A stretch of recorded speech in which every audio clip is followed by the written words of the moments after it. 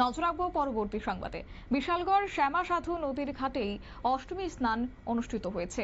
অবশ্য প্রত্যেক বছরের ন্যায় এই বছরও বিশালগড় শ্যামা সাধু নদীর ঘাটে শনিবার সকাল থেকেই অষ্টমী স্নান যাত্রা শুরু হয়েছে এবং এই স্নান যাত্রা উপলক্ষে ভক্তদের মধ্যে ব্যাপক সাড়া পরিলক্ষিত হয়েছে। এই অষ্টমীর স্নান যাত্রা উপলক্ষে শনিবার দুপুরে মহাপ্রসাদের আয়োজনও রয়েছে।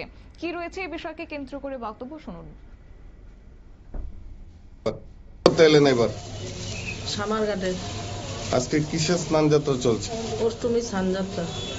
কি চেয়েছেন ঠাকুরের কাছে স্নান করে? সবাই ভালো থাকুক, দেশ ভালো থাকুক, সবার মঙ্গল হোক, সেটাই কামনা করছি। কতদিন ধরে চলবে এই স্নান যাত্রা? আজকেই একদিনেরই স্নান।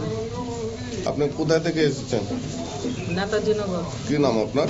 প্রাপ্তি সাহা।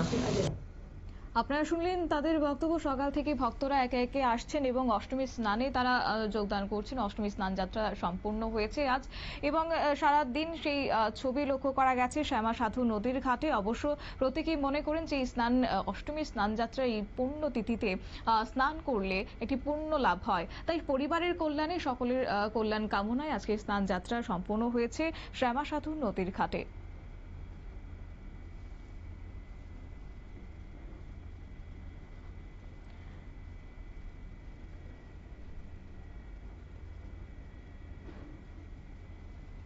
নিয়ে নিচ্ছি ছোট্ট একটি বিজ্ঞাপন বিরতি, সঙ্গে থাকুন।